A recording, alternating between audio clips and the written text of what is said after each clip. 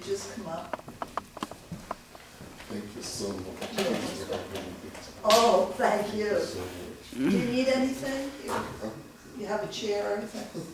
Wow.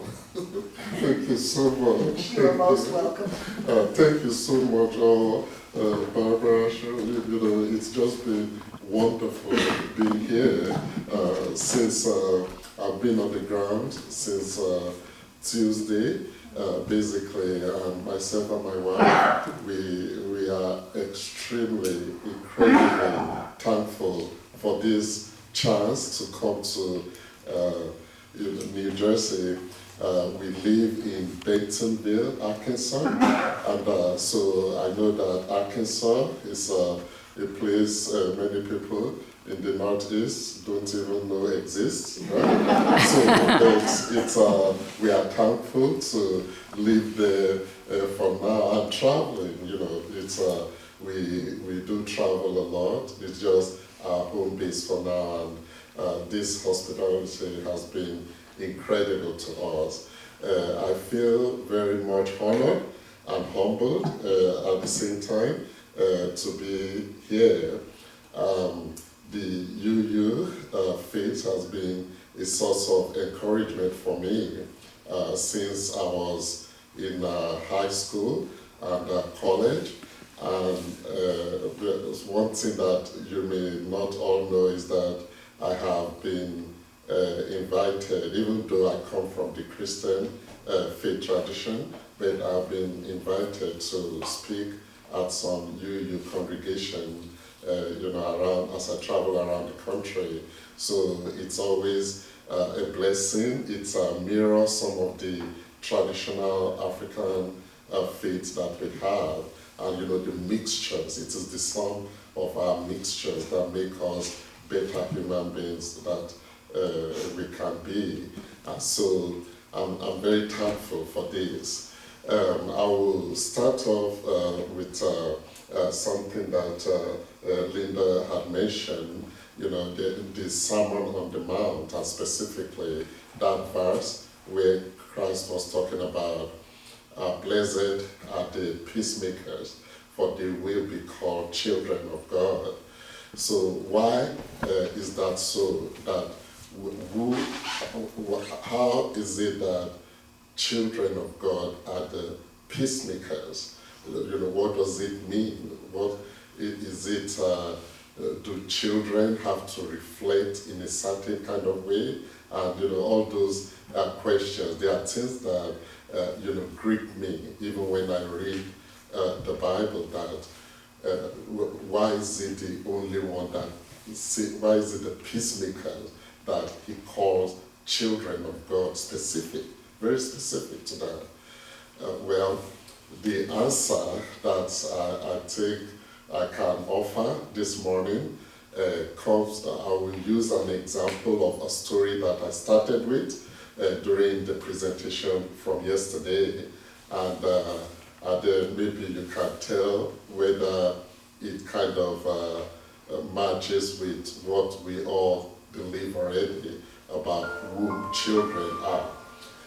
So community is very important to me, which is why I started off with that story yesterday. When I was growing up in Ilorin, my mom and dad were the primary sources of encouragement for me as an artist. Ilorin is a very small town. For those of you who might have come to Nigeria before, or who have studied the map and seen where Nigeria is, or even understand where Ilorin is, you'll note that it's a real small town. In fact, it wasn't until maybe 10 years ago that it started appearing on the map. So they always bypassed it with the world map before. But so thankfully we are on it now. But when I was growing up, you can imagine nobody really cared. It is historically significant for Nigeria because it's like a crossroad. A lot of trade that happens from between the north and the south So people will pass through Nigeria. I think, through Ilorin in Nigeria. So I think that's why, part of why myself and my siblings speak so many languages. I speak 14 languages, so my sister speaks 7 languages. My parents only speak 2. So that's when you meet with people that speak other languages, children that speak other languages, you tend to, just acquire it within 2 days or something like that. But so that's Ilorin for you. But it's so small that we don't really have any galleries or museums. So, and as I told everyone yesterday, the word that actually interprets to mean artist in my original language, Yoruba, also means a madman. So it's typically not something that, as children, you tease each other a lot. So children don't want to be called artists for that reason. And now I see it as a compliment because it is a small, thin line that separates the ability to create and the ability to be mad, to be mad and to be creative. If they are one and the same in the world we live in, maybe if the world calls you mad, it's even better because the world itself has gone mad. But in any case, it's something that you didn't want to be called at all. So my parents would encourage me, and that did magic to my spirit. As a small boy growing up to be an artist, I would draw a picture, paint a picture, and my parents would tell me, this is the most wonderful painting they have ever seen. Even though they've not seen many pictures at all, but they'll say the greatest artist, you are the greatest artist we've seen, all those kind of things. And at a point though, you realize that this woman and this man are my parents. So they have to say those things to me, because they brought me to this world. So you crave encouragement from other sources. And but that came in the most singular and fantastic way to me, because when I became about 6.5 and 7 years of age, something incredible started happening in my home, in my parents' house, that a lot of visitors will come, a lot of strangers will come from different parts of Nigeria and different parts of Africa. They will come and ask for me by name, that we are looking for that artist called Ibi, and they will purchase my artwork with their money. Hard-earned money, no matter what it is you do, no matter how old you are or how young you are, especially for a child. If someone pays you money for a drawing that you made, that does wonders to your spirit, because they work for this money and they exchange it for just a picture that you made.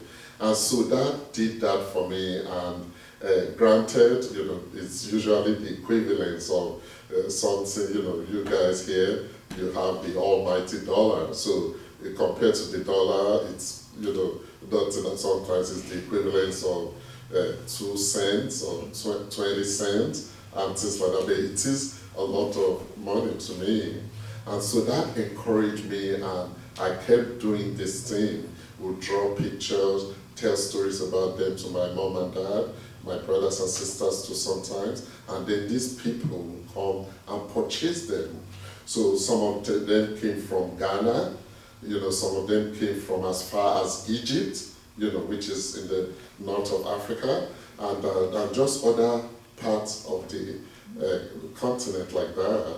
And so I was on top of the world. I felt very famous, because they came from all over the world, really, and they would come to ask for me by name.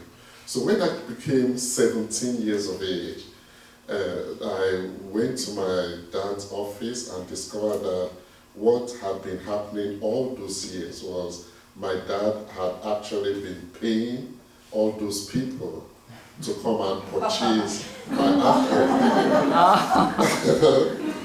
So that was really disappointing when I discovered that, because mind you, my spirit had already been lifted. I felt I was maybe one of two most important artists in the world. They made me feel that way, that they came and asked for me by name. So I felt very famous and like the greatest artist and all these things. And then I discovered all my old drawings and paintings at the back of my dad's couch, in his office.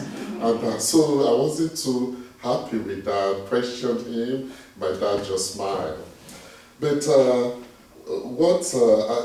reason my dad was successfully able to do that was that as the mayor of the town, he had also the powers of a judge, which is what you have in Nigeria.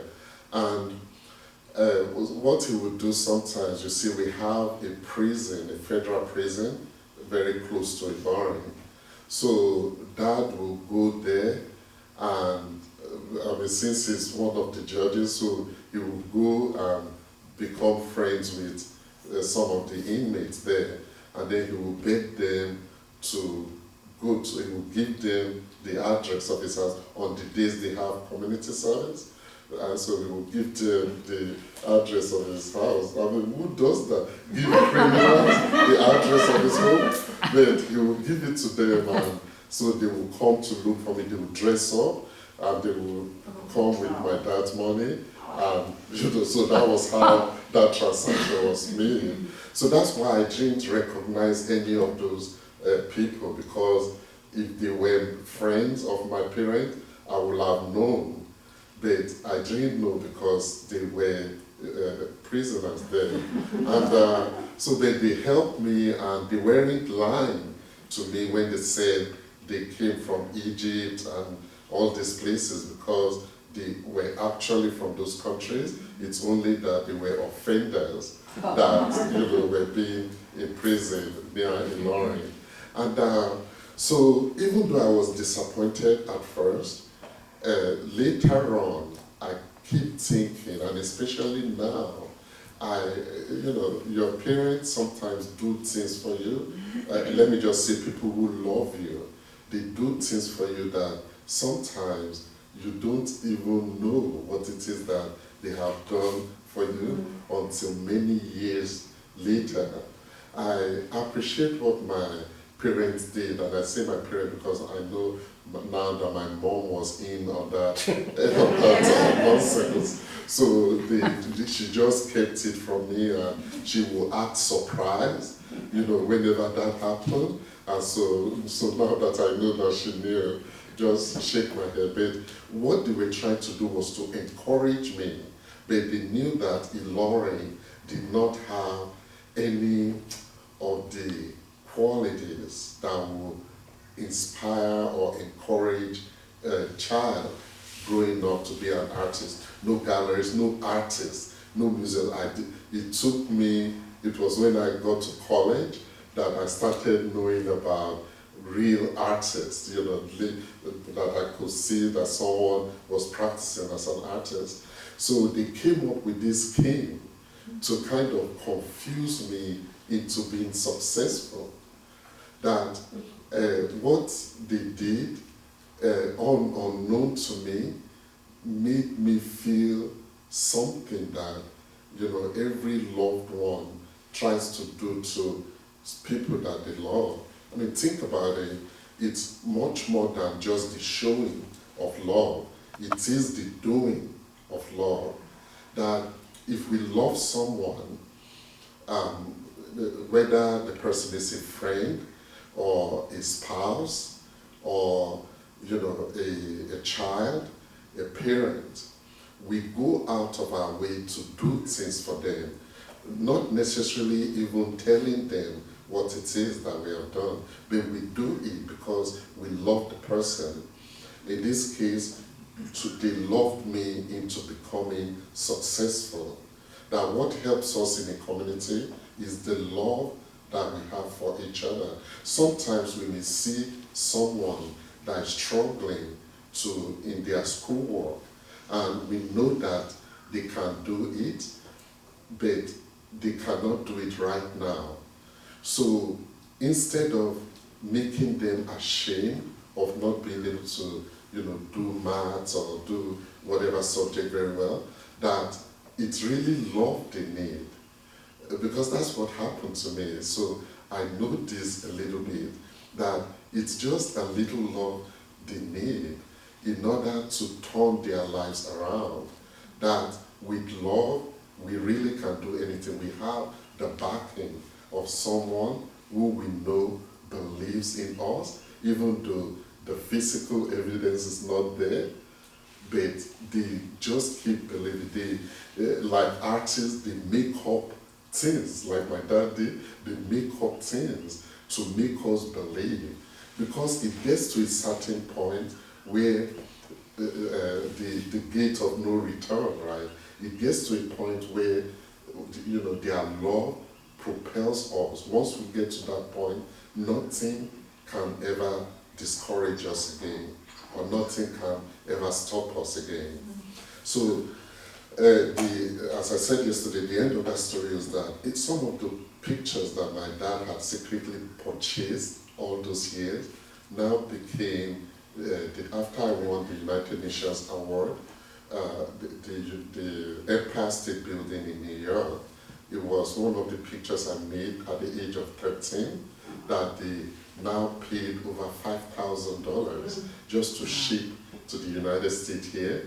And I sold it for 20 cents then. And I thought I sold it, but that's what they now wanted to show, because they were trying to establish a history between my pieces that won the award and where I was coming from. And so that sometimes the people who love us, the people we love, that we love them into also purchasing their lives, so that the things that can be lost are never lost. Like my dad kind of, in his funny way, kind of helped me to buy my future, or to preserve my future. Maybe that's the better word, to preserve my future, so that the things that I thought that I was so glad to sell, to give away, that it still was with me.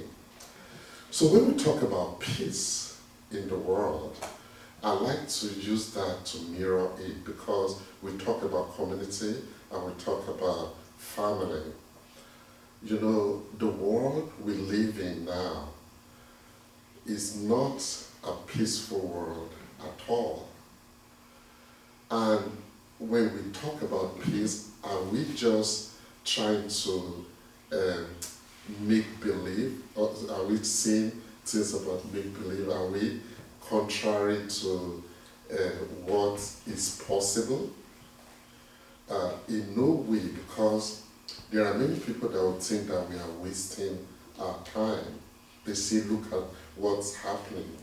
Barbara, you just mentioned this morning about the case of the shooting, that people use these weapons and they kill countless number of people, and yet you are talking about peace. What kind of talk is that? Well, if we believe that there is a Holy Spirit, or a divine being, or an energy, or there is a source that is peaceful, that ultimately looks at all that we are doing in the world and desires for peace, between people, that it's really possible for that to happen if we believe. Communicating it with people who are suffering, how do you talk to a parent whose child was killed in a school shooting incident, for example? How do you talk to them about peace? Are they so hurt already that they can't ever go back to think about these things? So the children, makes us children of God, or that our peacefulness makes us children of God, is that even the God or the, whatever source is, our spiritual belief, that even that thing sometimes pushes us out into the world there, that does not always protect us ourselves, that are children of God, that are his or her children, but leaves us out in the world because secretly it loves us. He loves us, and he loves us into what we can be in the future. That it might not happen right now, but that there's going to be a time when people are going to get inspiration and encouragement from the things that we do. So to never ever give up, that it's this peace, this thing we call peace, will happen. If we look at things around us, it might seem impossible, but it is coming. So let's hold on to that, because that is going to be our saving grace. So many of my pictures are colorful. They reflect joy. It's not necessarily colorful situations that inspire them. So I always ask the question, do I show it for what it is? Or do I, so you get my point now, do I pretend? Do I try to show something that I dream of, that I hope can happen in the future? And may that thing impact our present so that we begin to turn things around. So this first picture is a good example.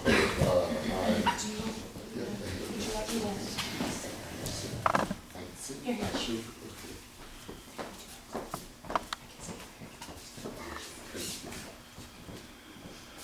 All right, thank you. So it's very colorful.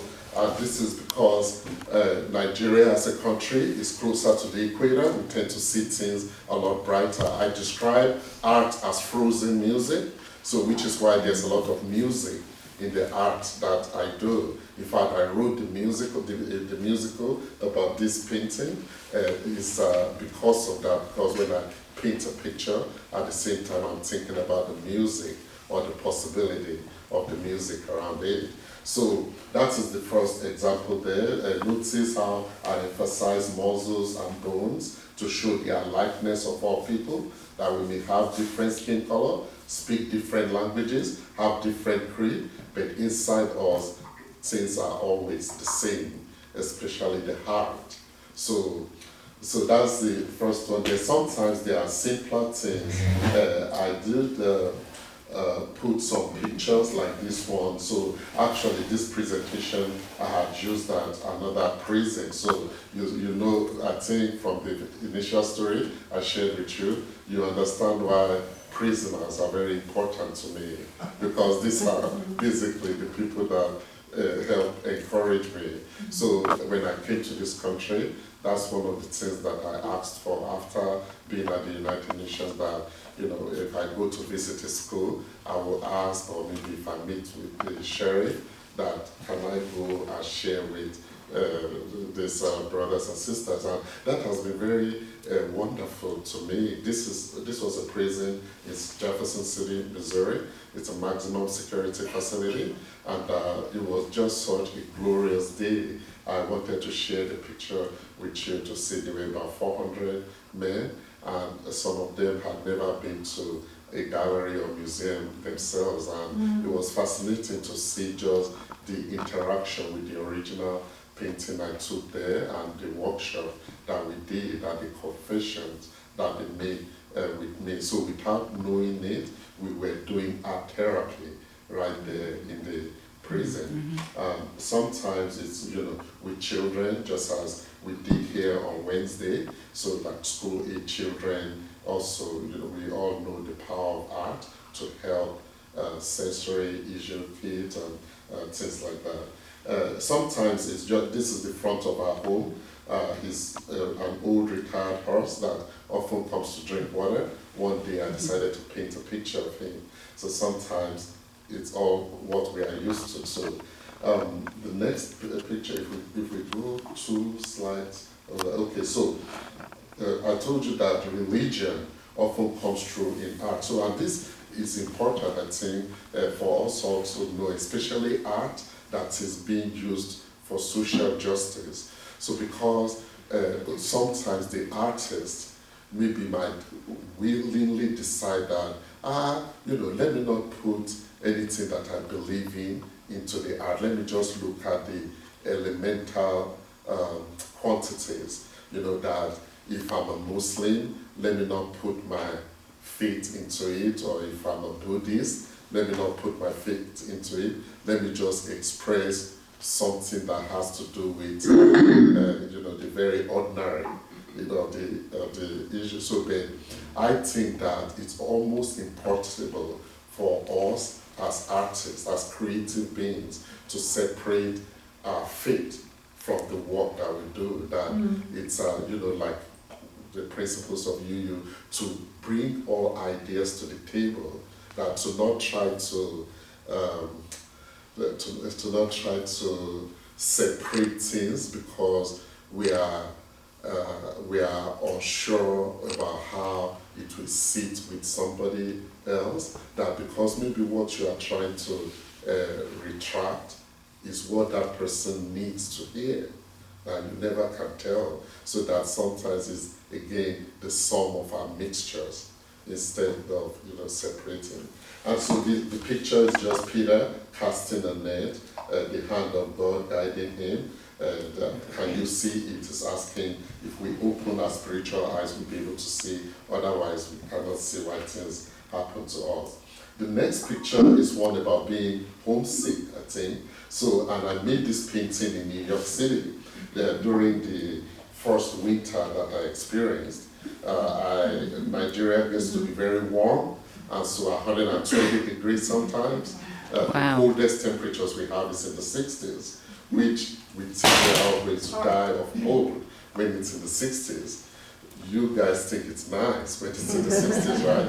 Well, in that year in New York City, I came during the month of August, so I thought that's the coldest it would be until November, December, January came. And man, that was real cold.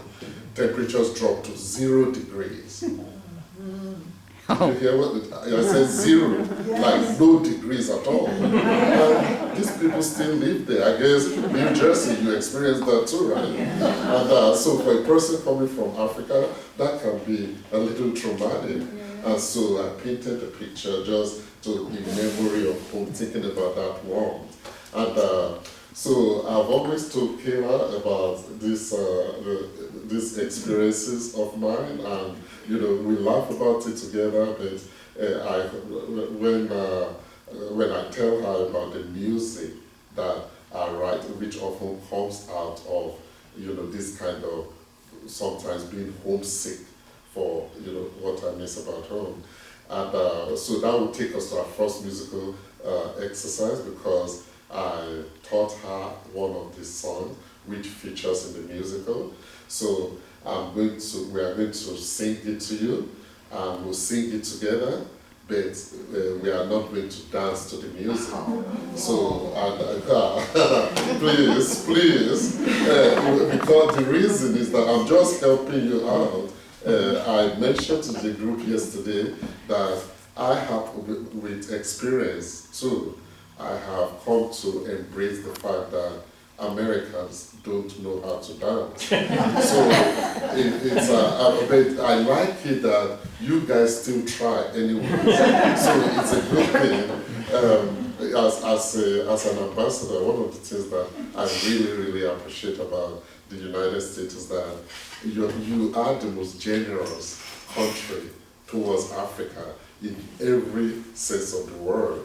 You see something, a disaster somewhere, you or your children or your parents can make contributions, you send money, you see magazines with children crying, and you are moved. We can't hear. You cannot hear. Oh, well, can you hear me? Can you hear me? It might be there.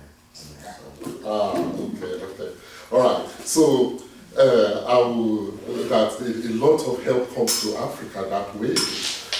But I like to tell people too that not all the time, but just sometimes, for you to help people in Africa, all you have to do is to send them a video of a bunch of Americans trying to dance.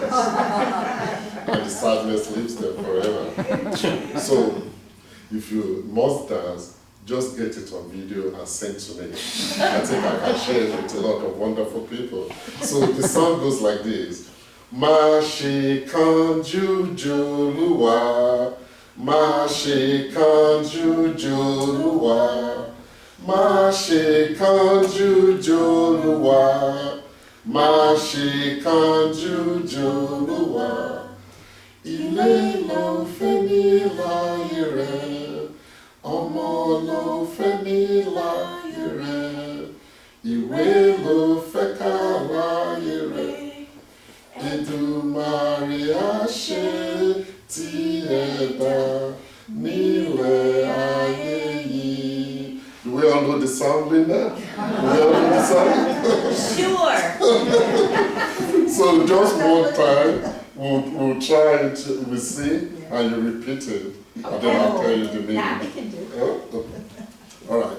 Mashi kanju joluwa, Mashi kanju juluwa, Mashi kanju joluwa, Mashi kanju juluwa, Mashi kanju joluwa, Mashi kanju juluwa.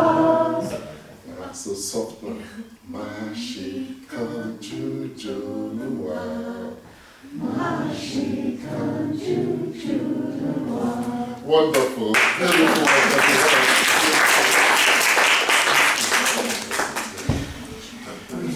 So the meaning of the song is just anything you want to do in life. You want to travel around the world, you want to build houses, have a family, wait for your own time. In the culture, it's about each person's time and things happening for them. That we don't all have to be the same age to have things happen at that same age for everyone. For some people, by the age of 20, they already achieved everything they need to in the world. For some people, it happens at the age of 90. For some people, it's 50. For some people, it's 110. So that you just wait for your own time. It's life anyways, that nobody comes out of it alive. So just whenever it happens, it's good enough. And so that's the meaning of the song, and it does feature in a part of the Firefly musical. So that will be the last thing I'll talk to you about. So just I will speak about these two last pictures in the slide, and then I'll share the Firefly story. Okay. So just take a few seconds, look at this painting, and tell me what you see. Apart from Barbara and Kat, Ashura, yes, if you were there yesterday, you cannot say anything.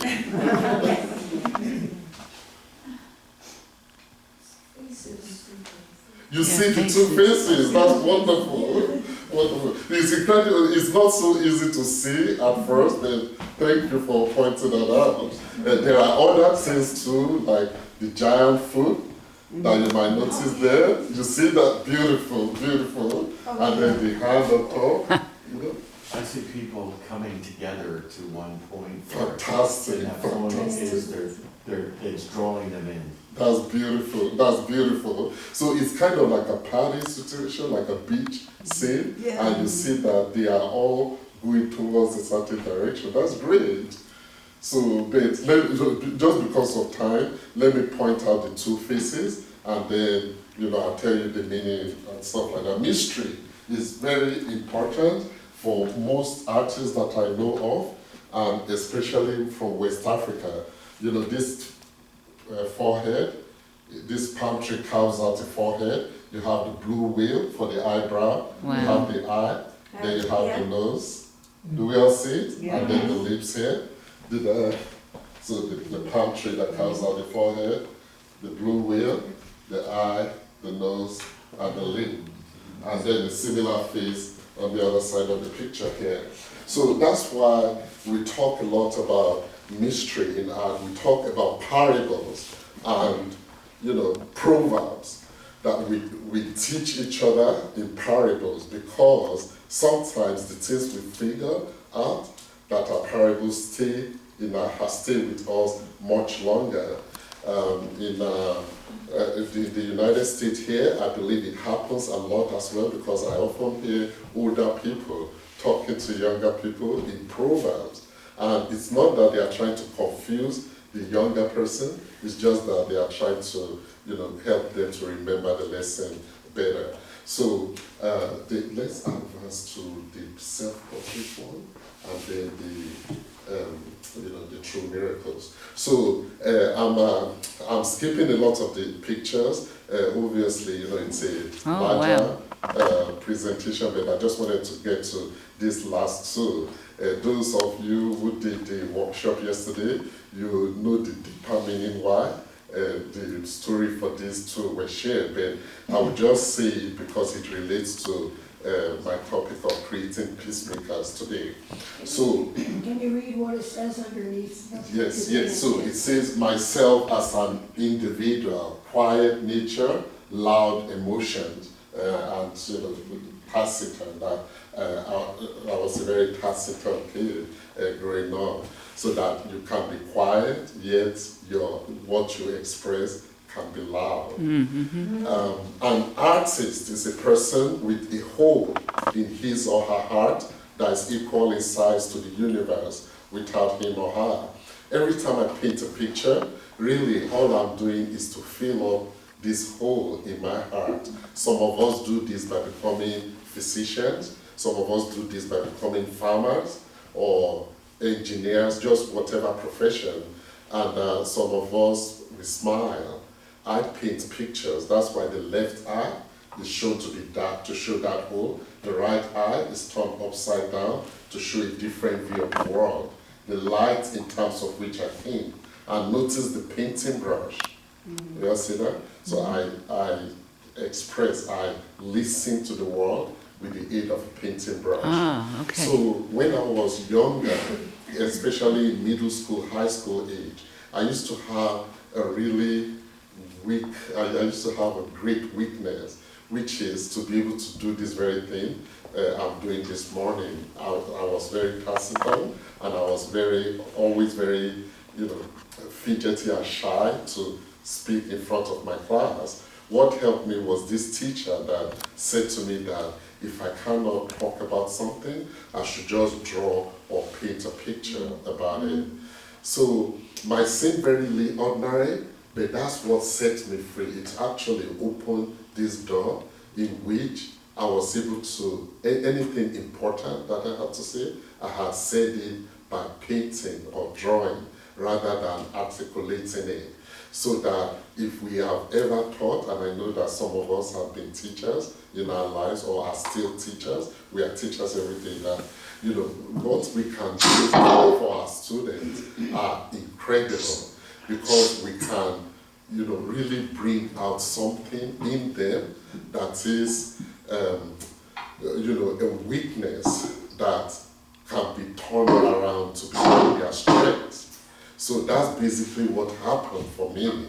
Because this woman, little did she know that what she was telling me was going to end up helping me to win the first place in the whole planet, in the whole entire world, in a contest organized by the United Nations, that our strength and our weaknesses are two sides of the same coin. So I get asked a lot that, how do you actually use art as a tool for peace building? In my committee assignment, on the Peace Commission, how does it work? It is through the storytelling. So True Miracles is a picture that exemplifies that. And if you go to the True Miracles slide. So this painting is inspired by the life of an oyster. The the most extraordinary thing about an oyster is that irritations get into its shell. The oyster doesn't like the irritation, but when it sees that it cannot dispose of the irritation, it uses it to do the loveliest thing the oyster ever has the chance to make, which is a pearl. That if there are irritations in our lives, there's only one prescription to make a pearl. You may have to be a pearl of patience with a lot of love poured into it, but always make a pearl, and it takes a lot of hope, faith, and love to do it. There are some of us that are scientists here, we know how the oyster actually makes this pearl. It's very deep under the ocean, dirt particles that it doesn't like, they enter its shell. It doesn't like that, they irritate it. But instead of wasting its whole life trying to discard all the dirt particles, it just keeps pouring enzymes. And over time, those enzymes, they turn these dirt particles into the most beautiful, beautiful pearl. By its nature, we say the pearl betrays the origin that makes it, because it's so beautiful that when we look at it, we cannot tell the beauty from the ugly history that it has. You know, we can learn a lot of things from animals, and I believe personally that that's why we have so many stories about animals in our culture, that there are things, there are specific lessons that the Creator has put these animals there for us to learn from. For the oyster, it's forgiveness, the ability to forgive and to forget the memory of a wrong. It might seem impossible a lot of times to us, but I know that it does happen. You know, when I ask the children that, do you guys have any irritations in your lives? Even the tiny little kindergarten, preschool little kids, all of them, they put their hands up and say, they do have irritation. Like, what kind of irritation can you have at the age of 5? And so they say things like my brother or my sister. And I mean, I personally think it's one of the most wonderful things, because these children also know that no matter how much your brother or your sister irritates you, you can't ever get rid of them. That these are people you are stuck with your whole life. Imagine how beautiful if we can retain that as adults. As adults, sometimes we always think of options that, oh, if I don't talk to this person anymore, if I eradicate this person from my life, then, I won't be irritated anymore.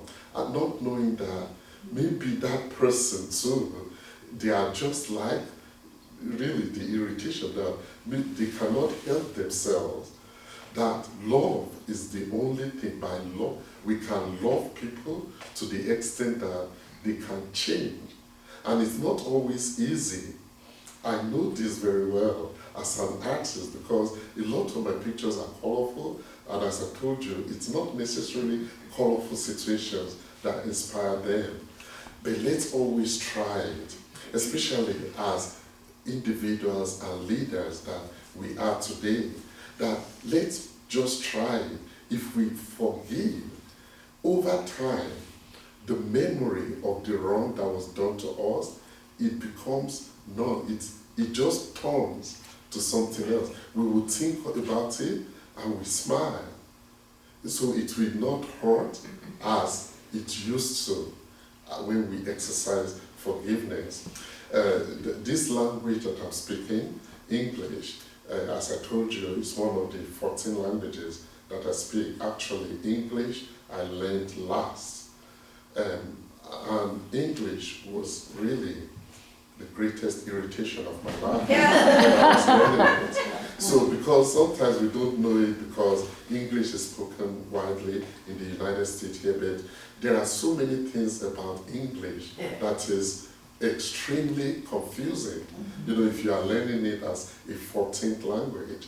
But I'm thankful that I learned it, because if I did not learn English, you won't believe it, but if I did not learn English, this very position that I have, this opportunity to, travel around, I wouldn't have gotten it. Yet, my English teacher, we all used to call her the witch when we were in middle school. We all just thought that she was wasting our time, teaching us something we would never need. And I mean, that's not surprising because we all already spoke each other's languages. But this woman, she forced us to. The only reason I could not drop the English class was that she was very good friends with my mom. So I couldn't escape her class. So whenever we tried to run away, she comes and, drags us back by the ear. But I'm very, very thankful to her. When the president asked me to become an ambassador, it was the second thing they wanted to know. That if I can come to the United States and be able to communicate with people in English. Wow. Can you imagine? The very subject that I used to think I would never need, that was an irritation for me. That's why this grace has happened to me. That, the issue of forgiveness is not in any country's constitution. It's not anything that we can be mandated to do.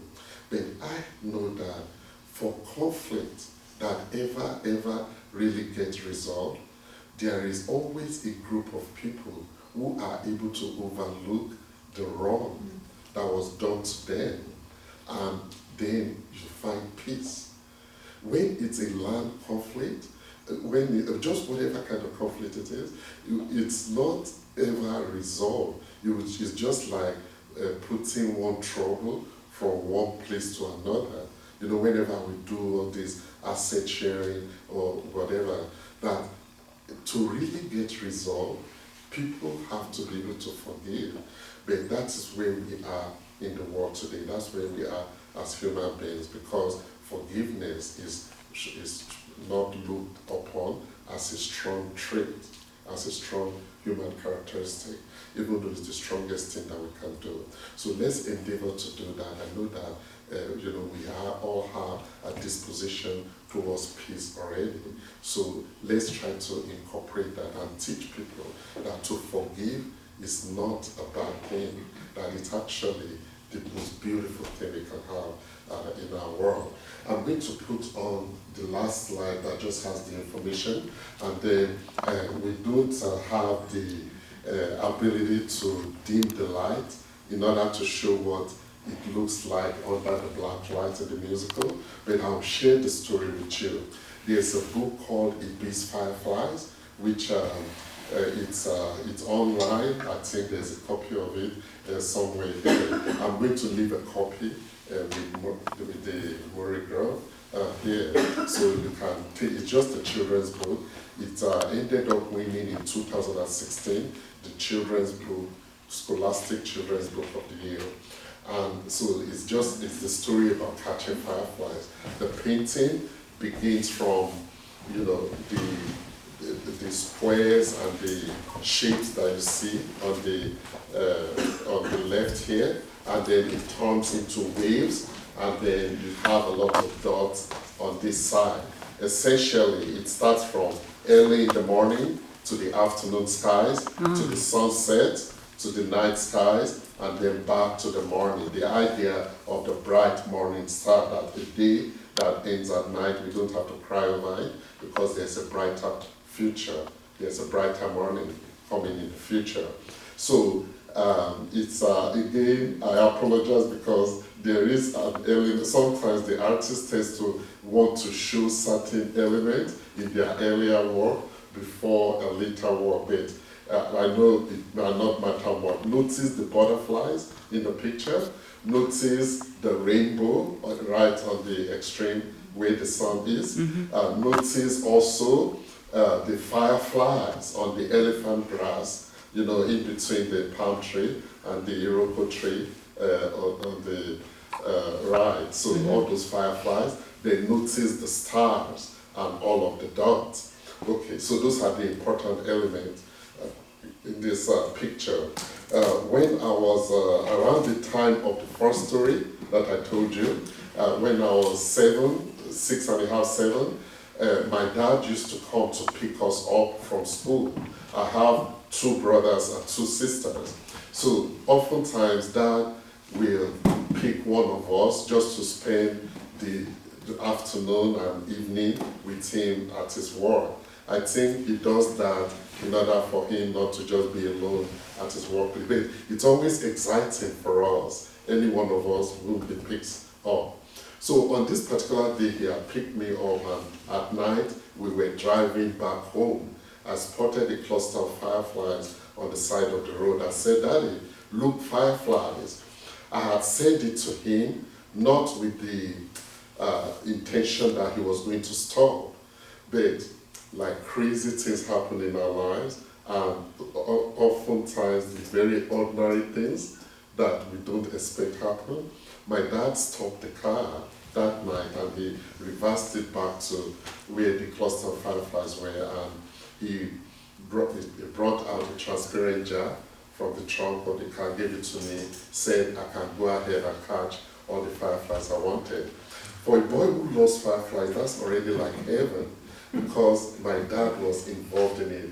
In my mind, he's the busy type that I wasn't expected to stop that time. So we ran into the bush, caught all the fireflies, and after catching all the fireflies, sadly, Dad said I had to let them go. I didn't like that part, I wanted to keep them.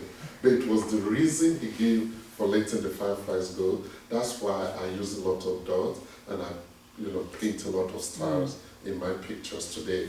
My dad said, instead of him to just say, "Let your fireflies go, otherwise they will die," he said, in the middle of the night, when we all go to sleep, fireflies turn into stars. So if I want to keep seeing the stars of the night sky, every time I saw the fireflies, I have to let them go. Ladies and gentlemen, in this UU congregation, do you know that's not true? That fireflies do not become stars. That night, it was so real to me that I kept looking at the jar and looking up at the night sky. I thought really that's where the stars came from. So as an adult, even though I know that that's not true, I do happen to know that what my dad was trying to teach me that night was that if I love anything as much as I love those fireflies, the best thing is to let them be free. That if you love someone, don't compel them to be like you. Love them to be brighter versions of themselves. That if we love someone, we never want them to pass away to die, no matter how old they are. But a part of living life is also loving, which means if you love, sometimes you have to let go, because their memories may become those stars that shine down on us forever. So there are many ways we can interpret the story. That if you love peace, and so this is what the key one that I want us to live with, that if you love peace, the thing that is wrong, that is done to you, which you have the right to revenge or to take action against the person, oftentimes you have to let it go. You have to pretend it's your firefly. When you let it go, the thing is going to become a light that will flood away all of the sadness that thing has brought to you. Let us always try it. The path of peace is the path of forgiveness.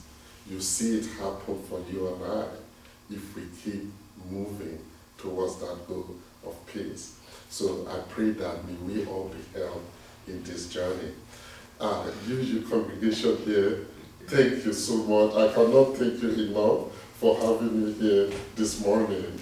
And I will hang out for a few minutes. We are leaving for Vermont, just momentarily, but I want to hang out a little bit. If you are interested in any of the prints, please look through and I will sign for you. Anyone that you are interested in. It's like we should just stay here, right? I want to get to know everyone and all that. Blessings to you and hope we get to meet again someday soon. So do I hand over to you? Oh, okay. All right. Thank you so much.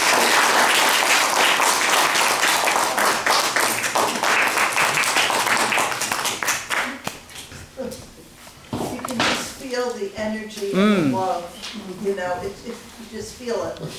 And I'm so glad your dad did what he did. And I think we can all think of people that did that for us, family, friends, and so, thank you, Pete. And the firefly. I don't know what to say, but it's really feel good, yes. So take the offering, and I will